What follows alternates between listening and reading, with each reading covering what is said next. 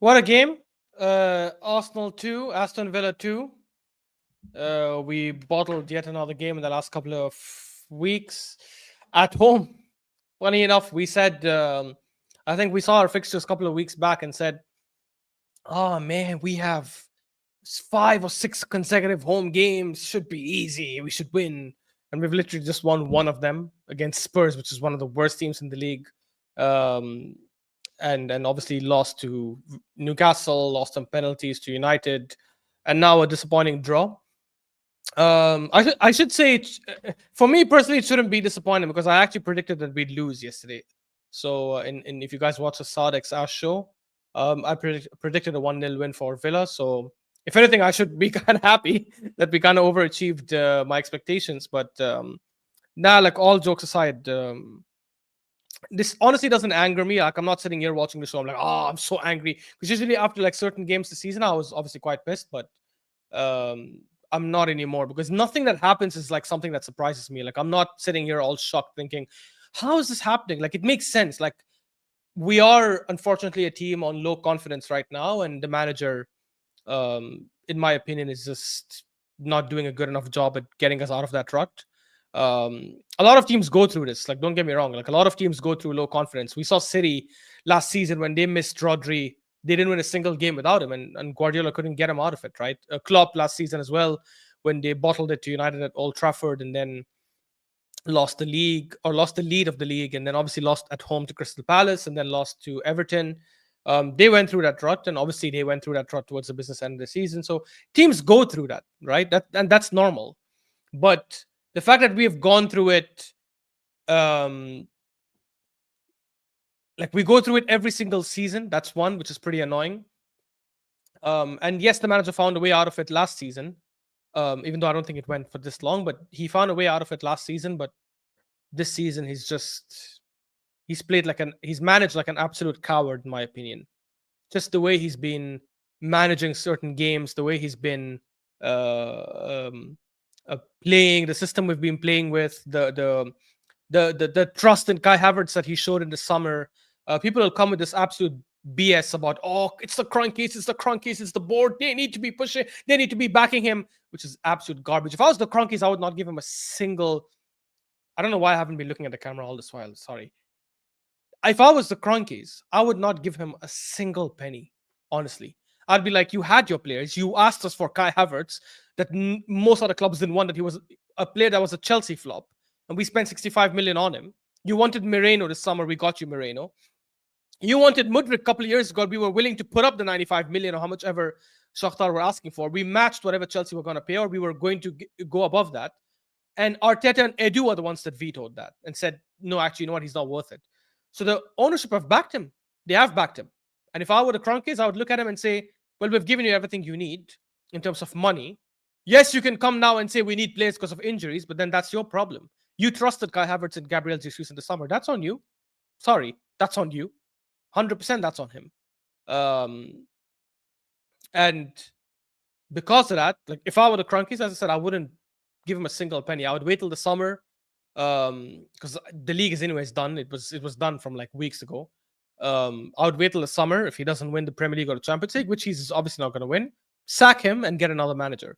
My issue right now, and this is where I will get pissed off with the Kroenkes, is that come the summer, apparently with the rumors that we're going to sign Zubimendi, it seems like they're still going to back him regardless of how the season goes, and that's where I'll go like, yeah, the Kroenkes are messing up. And I'm not going to say Kroenke is out because I think that's the most ridiculous take, like asking for ownership to leave as if that's how it works. This isn't Mike Ashley and Newcastle and stuff where you can apply that pressure. It doesn't it doesn't work that way. We're not going to be able to kick our owner out. Like whoever came and bought Newcastle, they were like only 300 million or something at the time. Arsenal is like at least 2.5 billion. So you're not going to sack the Kroenkes and get a new ownership that is like Sheikh Mansour or like Abramovich who wants to spend that kind of money. Most of the if we're lucky, we're going to get another American ownership that wants to win but not willing to put in that kind of money. And worst case scenario, we get an ownership that gives no shit about winning, right? Because when the Kroenkes sell, they're not going to just sell to whoever has the ambition to win. They're not going to be like, well, you know what? Also, fan base want us out. So you know what? Let's sell the club, but let's find an ownership that is willing to get this club to winning the Champions League and the Premier League, which is something we don't want to do. So you know what? I'm sorry if you're an owner that's willing to give us 3 billion, but not willing to invest enough money to win the Champions League and Premier League. I'm sorry, as lovers of Arsenal Football Club, as Stan Kroenke and Josh Kroenke, we cannot accept that. We only want someone who's willing to spend 500 million in the next summer window to try and win the Champions League and Premier League. It's not going to work that way. If someone gives them the valuation they're looking for, if they're willing to sell, I don't think they're willing to sell. If someone gives them the evaluation they're looking for, they don't give a shit what the ownership want. So anyone sitting there thinking or saying, "Oh, get the Kroenkes out," you're just being an idiot. The reason we're playing bad this season has nothing to do with the Kroenkes. It's with Arteta and how he's managed the team and how he's managed the squad and his negligence to get a striker when he should have. Um, Clearly, he went after Sesko, which for me is such a shitty striker, above average striker. I'm not going to say shitty striker. Overhyped, and I don't know why we were chasing him. And then when that didn't work out, he didn't go after any other target. Like when he should have gone for players like Gyökeres. If we went for someone like Gyökeres in the summer, 100% we would have got him if we put in the kind of money. Sporting Lisbon would have cracked and sold him. Um, I would have loved us to see put in 120, 130 million bid for Isak as well, which obviously we didn't do. I'm not going to sit here and pretend like I know our finances, and I know why the Kroenkes are not spending and how much money we actually have to spend. I'm not going to sit here and pretend. I have read some reports that say we do have money to spend at least for the next 2-3 years without breaching. Um, is it called PNS, profitability and sustainability, or some crap like that? PNS, I think. Um, but yeah, I don't know. I don't know. Like, but for me, if Arteta doesn't win the Premier League or the Champions League this season, I will never look at next season thinking we can win, no matter who we buy. Because the issue for me, as I said, I think a lot of fans are just too deluded and too short-sighted that they're like, oh, if we had a striker and we had this and we had this, we would have won. Yes, if Arteta plays proper attacking football, which to be fair, he's done in the last few games. No, actually, I don't want to say he's done it in the last few games. I think I don't think he's done it to a good level. I think against Spurs, we were always going to attack anyways because of how Spurs play. Against United, we didn't really attack that well until the red card. So I wouldn't necessarily say we've been attacking that well. But I think no matter who we get, if he doesn't win the Premier League or the Champions League this season, I just don't think he'll have it in him to do it next season, no matter who we sign. Because even if we get Isak, remember, City are going to get stronger. Maybe Liverpool, who knows what they're going to do in the summer transfer window. They might get stronger. Who knows? Maybe Chelsea will make even more investments and get stronger. So it doesn't matter if we buy a striker in this coming summer. It's going to be a lot more difficult. And City are going to make heavy investments and will automatically be the favorites for next season, especially with Pep staying another 2 years. So if he doesn't win it this season for me, like I just don't see him doing it ever. So next season will be like a write-off for me. I'm telling you guys from now itself, it definitely will be a write-off. Um, um, because I think if he wins it this season, like the confidence that'll give the players, the boost, the morale boost it'll give the players. Some of the players who might have been considering leaving, like Saliba and all, might say, "Nope, you know what? We just won the league. I want to stay." And even just the experience and the mentality will go up a lot more. Um, and that's natural with like teams that win leagues and win Champions Leagues, right? So if we don't win it, I just don't see how we recover from this. And I think that'll demoralize the players as well. They'd be like, for 2 seasons we battled it out and we were in a very strong position to win the league, right? And we screwed it up. And this season, with our main rival that we've been battling for the last 2 seasons, one of the best Premier League teams of all time, if not the best, is having a horrendous season and we are running away from them, we still end up bottling the league, right? I think that'll affect players, in my opinion. And every single time they find themselves in another title race, they're going to start thinking like, we might not be good enough. I still stand by what I said a couple of weeks ago on Most Channel. I don't think I don't think we lost the league last season because of a mentality issue. I think we actually showed very good fight and mentality. I think the Villa game was just an off game where, again, it was on the manager who screwed it up by the lineup that he selected when he played Kai Havertz in the middle. But I don't think it was a mentality issue. I think we were just bested by another team.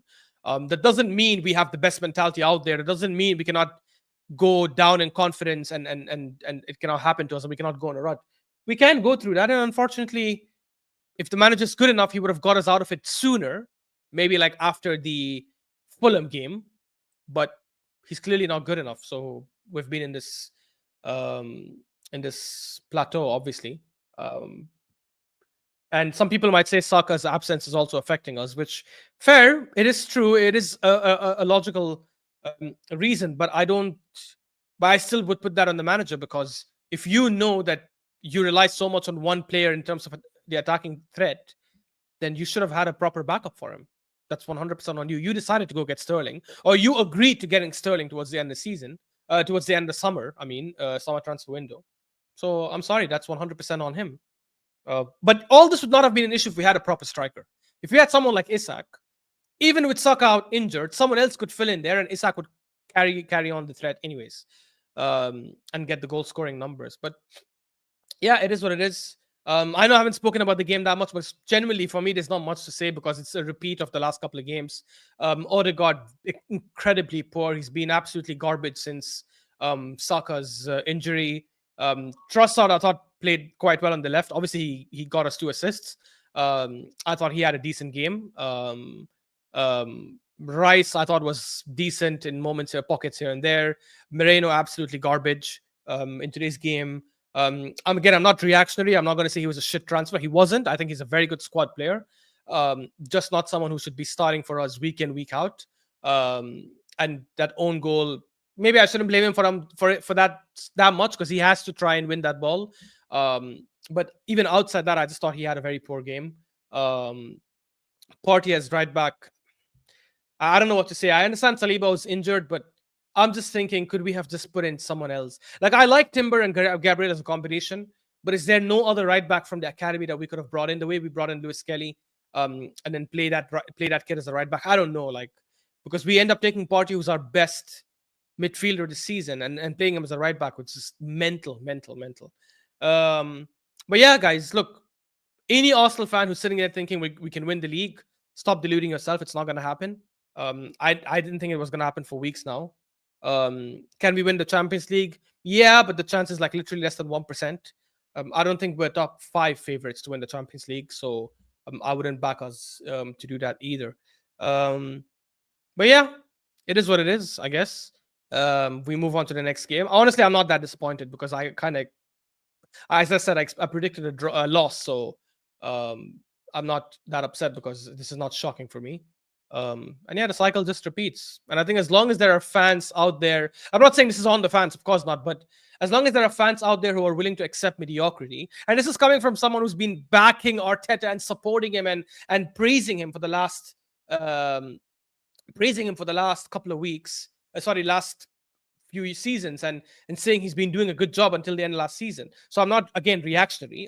I still say he's done a fantastic job until the end of last season. That doesn't mean we keep backing him forever.